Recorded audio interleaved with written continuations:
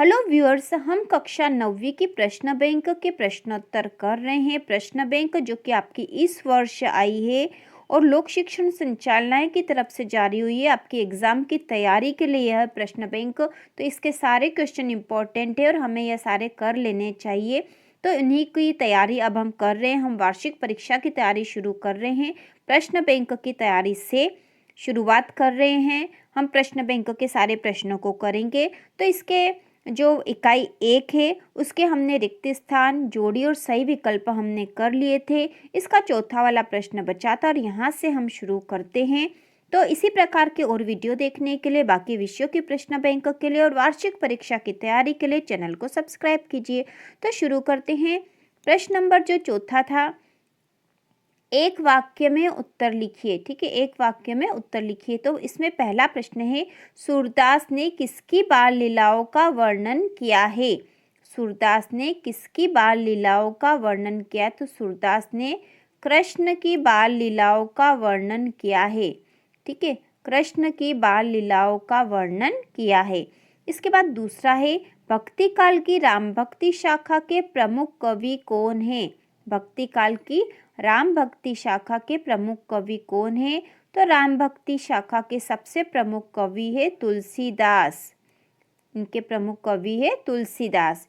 इसके बाद तीसरा है, बीजक किसकी रचना है? ठीक है, बीजक यहाँ पे होना था किसकी रचना है। बीजक किसकी रचना है? तो बीजक जो है कबीरदास की रचना है। कबीरदास की रचना है बीजक, जो कि इनकी सबसे प्रमुख रचना है। इसके बाद अगला है, सगुण भक्ति की कितनी शाखाएं हैं? तो ये हमने पिछले वीडियो में भी देखा था। सगुण भक्ति की 2 शाखाएं हैं। सगुण भक्ति की 2 शाखाएं हैं। तो इसकी जो 2 शाखाएं वो है, सबसे पहली है राम भक्ति शाखा, राम भक्ति शाखा, और दूसरी है कृष्ण भक्ति शाखा, दूसरी है कृष्ण भक्ति शाखा। तो राम भक्ति शाखा, इसके प्रमुख कवि है तुलसीदास। राम भक्ति शाखा के प्रमुख कवि है तुलसीदास। और इसी प्रकार कृष्ण भक्ति शाखा के सबसे प्रमुख कवि है सूरदास। तो इस प्रकार ये हमें भक्ति काल के सगुण भक्ति धारा और इसके बाद निर्गुण भक्ति, और दोनों हमें याद होना चाहिए, इनके प्रमुख कवि भी, क्योंकि ऑब्जेक्टिव में इस तरह के क्वेश्चन आ जाते हैं। इसके बाद अगला है, भक्ति काल के नाम का आधार क्या है? भक्ति काल के नाम का आधार क्या है? तो भक्ति काल के नाम का आधार क्या है? क्योंकि भक्ति काल में भक्ति भावना की प्रधानता थी। भक्ति भावना की प्रधानता, भक्ति भावना की प्रधानता के कारण इस काल का नाम भक्ति काल रखा गया था। इसके बाद अगला जो है, वीर गाथा काल में किस काव्य शैली की प्रधानता है? वीर गाथा काल में किस काव्य शैली की प्रमुखता है? तो वीर गाथा काल में प्रबंध काव्य शैली की प्रमुखता है। प्रबंध काव्य अधिकतर लिखे गए थे। प्रबंध काव्य शैली की प्रमुखता है वीर गाथा काल में। इसके बाद एक छायावाद के प्रमुख 4 स्तंभ कौन कौन से हैं? तो इसके बारे में भी हमने पिछले वीडियो में बात करी थी, एक बार फिर से देख लेंगे, इम्पोर्टेंट है। छायावाद के जो 4 प्रमुख स्तंभ है, तो उसमें जो सबसे पहले हैं वह है जयशंकर प्रसाद। जयशंकर प्रसाद, जिन्हें छायावाद का प्रवर्तक कहा जाता है। तो छायावाद के प्रमुख स्तंभ है जयशंकर प्रसाद। दूसरे हैं सुमित्रानंदन पंत। सुमित्रानंदन पंत, जिन्हें प्रकृति के सुकुमार कवि भी कहा जाता है, सुमित्रानंदन पंत को। तीसरे है सूर्यकांत त्रिपाठी निराला। सूर्यकांत त्रिपाठी निराला जो है छायावाद के तीसरे प्रमुख स्तंभ है। यहाँ पे आप सीधा निराला भी लिख दोगे तो भी यह राइट है। और इसके बाद जो चौथे हैं वह है महादेवी वर्मा, जो कि कवयित्री है।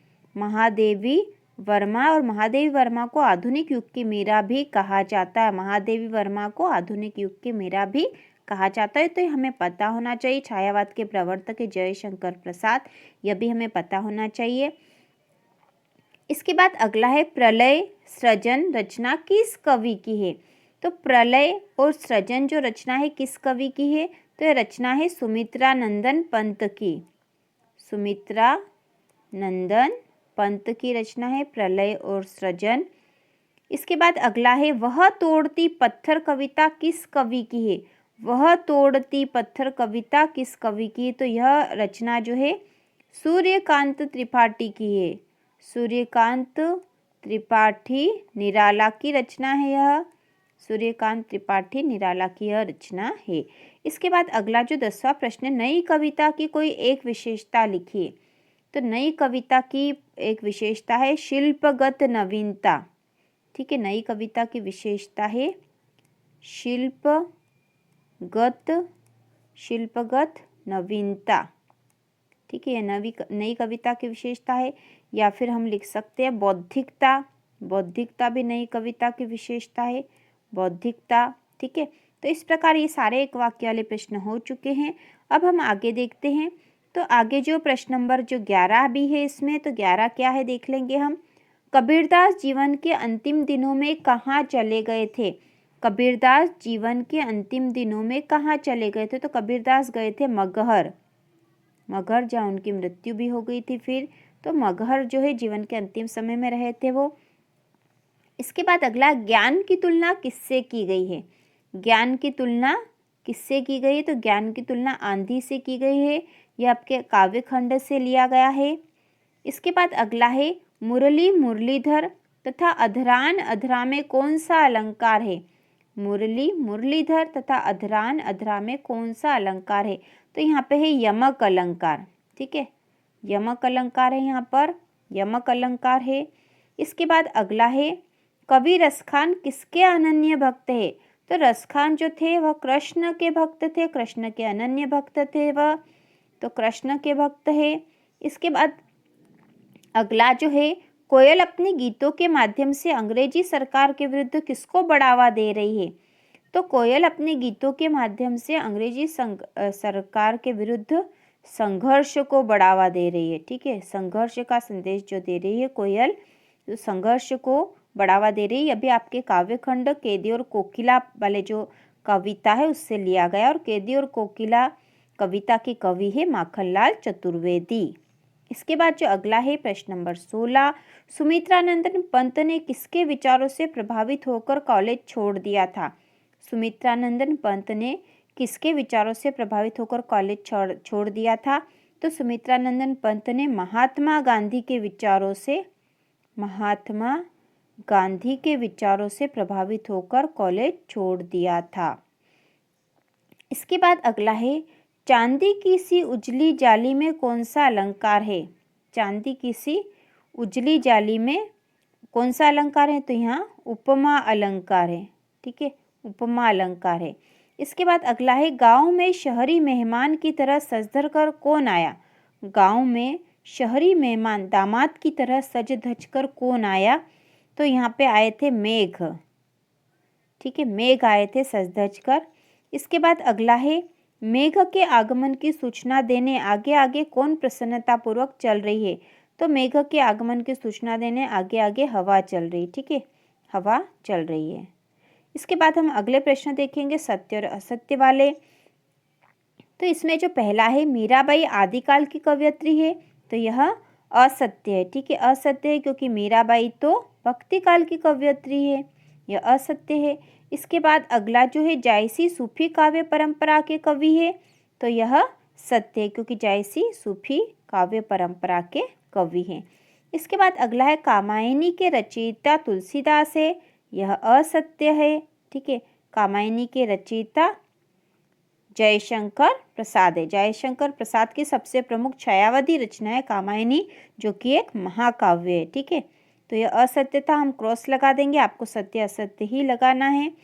यह सत्य था, यह असत्य है। तुलसीदास रीतिकालीन कवि हैं, तो यह असत्य है, क्योंकि तुलसीदास भक्ति काल के कवि हैं।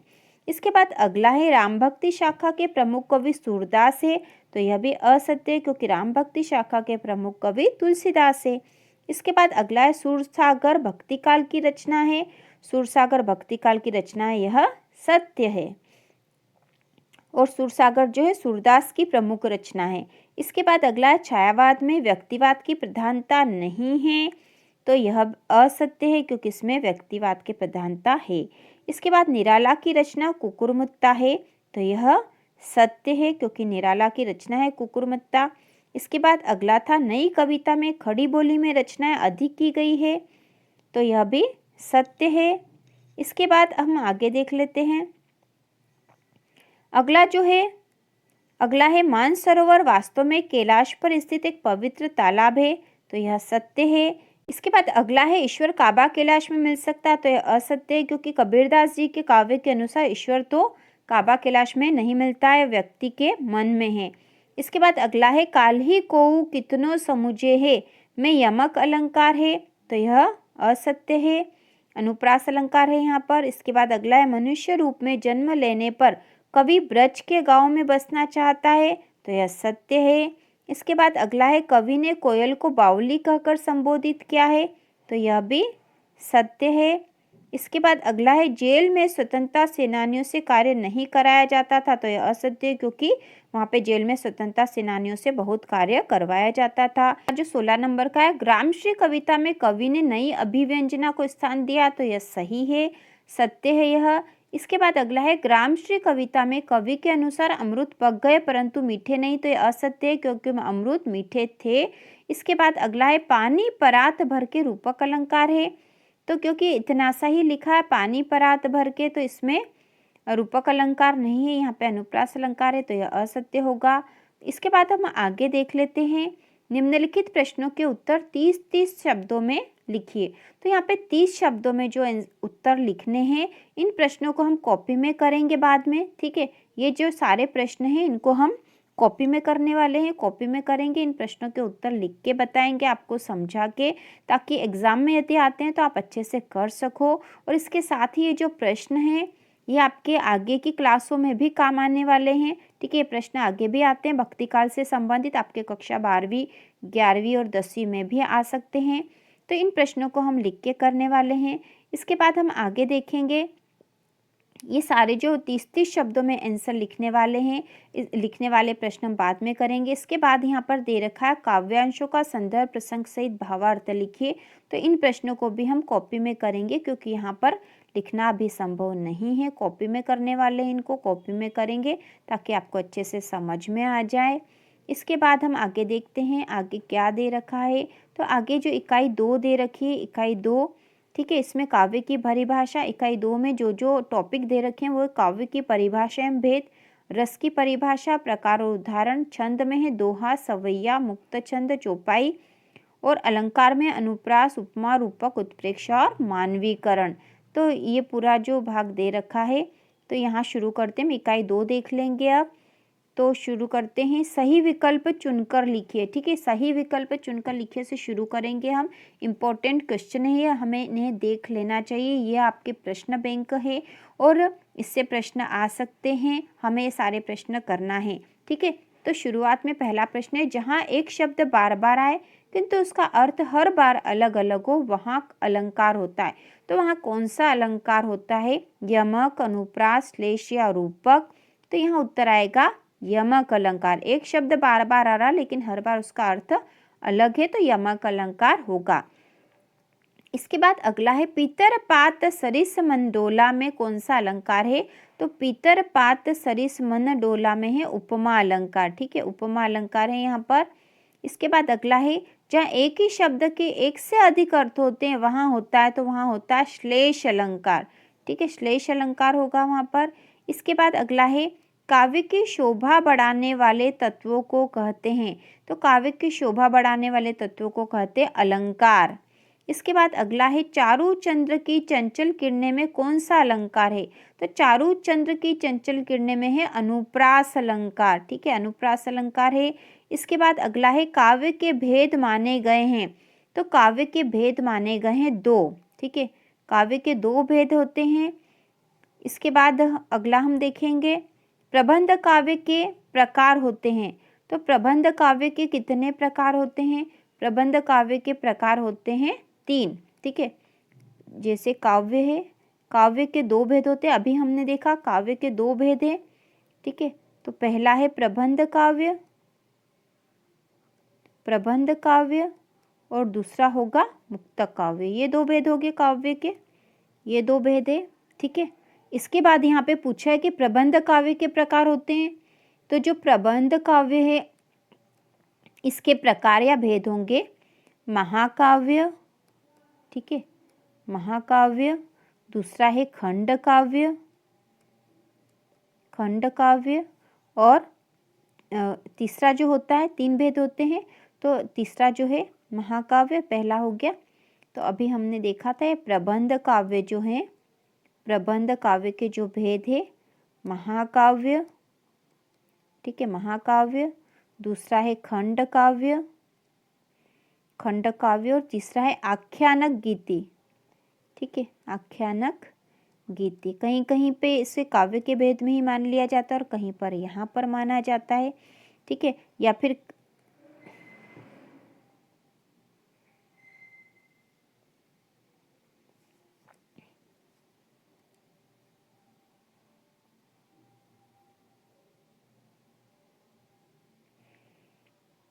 तो इस प्रकार प्रबंध काव्य के भेद हैं 3। इसके बाद है रसात्मक वाक्यम काव्यम परिभाषा दी है। तो रसात्मक वाक्यम काव्यम एक बहुत प्रसिद्ध परिभाषा है और ये आचार्य विश्वनाथ के द्वारा दी हुई परिभाषा है। आचार्य विश्वनाथ के द्वारा दी गई परिभाषा है रसात्मकम वाक्यम काव्यम, मतलब रसयुक्त वाक्य ही काव्य होता है। इसके बाद हम आगे देखते हैं, तो इसमें दे रखा विभानुभाव संचारी संयोगाद्र रस निष्पत्ति, यह सूत्र किसका है? विभावानुभाव संचारी संयोगाद्रस निष्पत्ति, यह सूत्र किसका है? तो यह सूत्र जो था आचार्य दंडी का सूत्र था। इसके बाद अगला है रस के अंग है। तो रस के 4 अंग होते हैं, रस के अंग 4 होते हैं, और ये आपके अर्धवार्षिक परीक्षा में भी आया था। रस की परिभाषा और रस के अंग पूछे थे। तो रस के 4 अंग हैं। पहला है स्थायी भाव, ठीक है, स्थायी भाव, दूसरा है विभाव, तीसरा है अनुभाव, और चौथा है संचारी भाव। तो यह रस के अंग हैं, ठीक है, संचारी भाव, ठीक है। अब हम आगे करते हैं, रिक्त स्थान में सही शब्द चुनकर लिखिए। तो इसमें पहला है अलंकारों का अनावश्यक प्रयोग कविता के सौंदर्य को बाधित करता। अनावश्यक प्रयोग जो होता है तो कविता के सौंदर्य को बाधित करता है। इसके बाद अगला है उपमेय में उपमान का आरोप। उपमेय में उपमान का आरोप जो है रूपक अलंकार होता है, ठीक है, रूपक अलंकार होता है। इसके बाद अगला है अलंकार का सामान्य अर्थ है गहना, ठीक है, गहना। इसके बाद है रस के प्रकार है। तो रस के प्रकार है 9, 10 भी माने जाते हैं। इसके बाद अगला है महाकाव्य में जीवन का चित्रण होता है, संपूर्ण या एक पक्ष का। तो महाकाव्य में संपूर्ण चित्रण होता है, संपूर्ण। इसके बाद है खंड काव्य में जीवन का चित्रण होता है, तो जीवन के एक अंश का चित्रण होता है। अगला है सुदामा चरित, महाकाव्य खंड काव्य। तो सुदामा चरित जो है खंड काव्य है, नरोत्तम दास के द्वारा लिखा हुआ है। इसके बाद है मंगल भवन अमंगल हारी में छंद है। तो यह है छंद, चौपाई छंद है, इसमें चौपाई छंद। इसके बाद है छंद के भेद है। तो छंद के जो भेद होते हैं 2 भेद होते हैं, मात्रिक छंद और वार्णिक छंद। इसके बाद अगला है विरह वियोग श्याम सुंदर के ठाड़े क्यों न जरे। यह उदाहरण किस रस का है?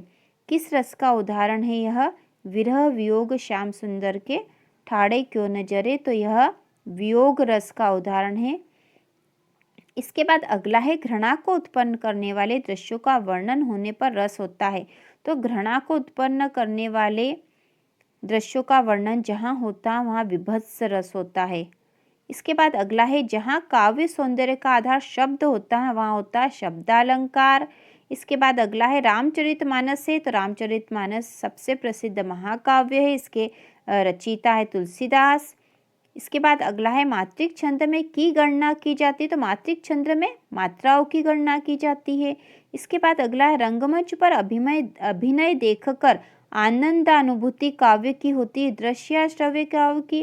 तो क्योंकि रंगमंच पर अभिनय देख रहे हैं तो यहाँ पे दृश्य काव्य आएगा, ठीक है, दृश्य काव्य की होती है। इसके बाद हम देखेंगे सही जोड़ी बनाकर लिखिए। तो सही जोड़ी बना देते हैं हम। ठीक है, यहाँ हम सीधी बनाएंगे। एग्जाम में आपको जिसके सामने जो सही है वही लिखना है। तो यहाँ पे सबसे पहला रसात्मक वाक्यम काव्यम, यह जो परिभाषा है आचार्य विश्वनाथ की है। इसके बाद है महाकाव्य, तो यहाँ कामायनी जो है महाकाव्य है।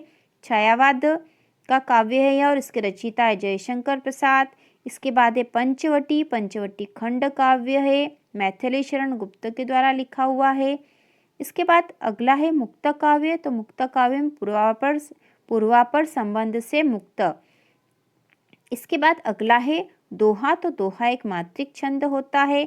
और अगला है रामायण, तो यह महाकाव्य है। तो इस प्रकार यह जोड़ी है।